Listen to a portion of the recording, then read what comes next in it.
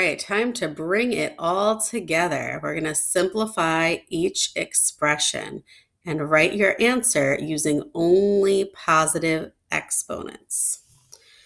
Okay, so this is we're going to apply all the properties that we've learned so far. And this is usually how you'll see an exponents problem.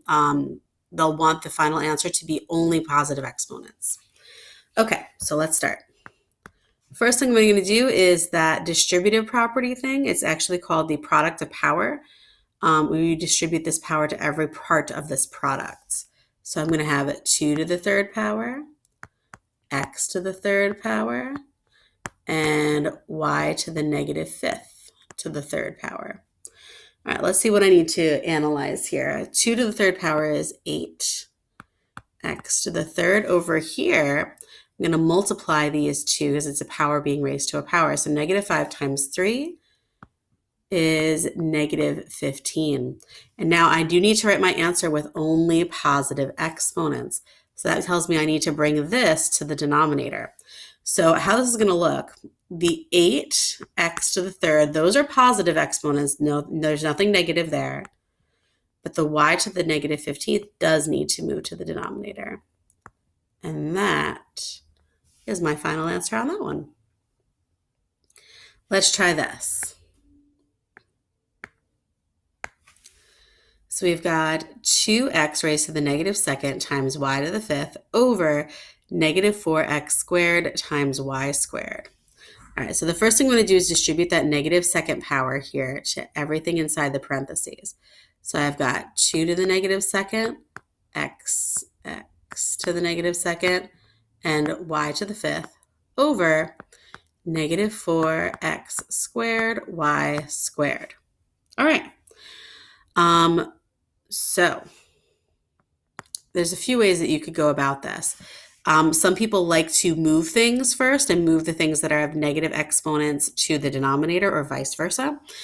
Or you could subtract the exponents first and then just see where they land. It's very much up to you. I'm going to do kind of a combination thereof. So I know that this one right here, the 2 to the negative second power is going to move to the denominator. So this is going to be 2 to the positive second power. The negative 4 is still here in the denominator though. This one is a negative number, not a negative exponent, so it stays, okay? Next, I'm going to look at these x's. I have x to the negative second over x to the second power. The rule is I have to subtract these exponents. Negative 2 minus 2 is negative 4. If I get a negative value, it tells me it goes to the denominator. And then I could write it as a positive exponent, okay? Next, y to the fifth over y squared. I subtract these. 5 minus 2 is 3, positive 3. That tells me it goes in the numerator.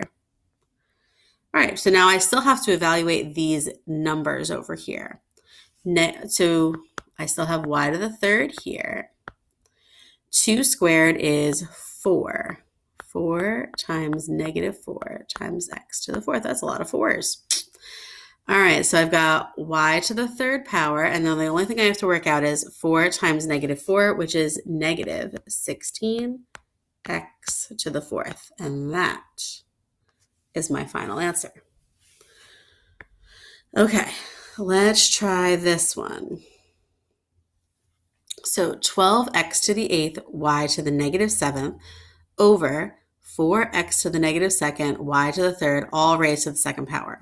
Okay, first thing I'm going to do is that distributive thing where I'm going to put this 2 to every part of the denominator. Numerator stays exactly the way it is. And then 4 squared times x to the negative second squared times y to the third squared. Okay, so that squared went to every part of the denominator. So I'm going to work those out first before I start combining things. So the numerator I'm still keeping exactly the way it is. Nothing happening there yet. All right, 4 squared is 16. Negative 2 times 2 is negative 4. 3 times 2 is 6. Okay. Now I'm ready to do a little more simplifying. If I'm looking at the numbers, 12 over 16 can be simplified as a fraction. So if this is a little much for you to see it all here, just put it over here on the side. 12 over 16. 4 goes into both of those numbers. If I divide 12 by 4, I get 3. 16 divided by 4 is 4. 4. This is 3 over 4. All right.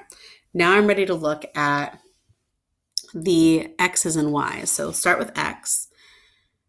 X to the 8th over x to the negative 4. So I have 8 minus negative 4. Okay, so this is 8 minus negative 4.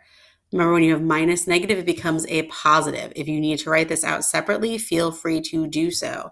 So 8 minus negative 4, that becomes a plus, and that's a x to the 12th power.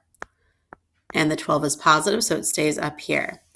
Next, I have y to the negative 7th and y to the 6th. So again, I'm going to subtract those exponents. Negative 7 minus 6. Again, if you need to do that on the side, feel free to do so. Negative 7 minus 6 is negative 13. So the fact that I got a negative number tells me it's going to go to the denominator, and there I can write it as a positive. And that is my final answer. Okay? All right, I know these problems have a lot going on, so ask if you are having trouble on these, okay? And there's your try-its.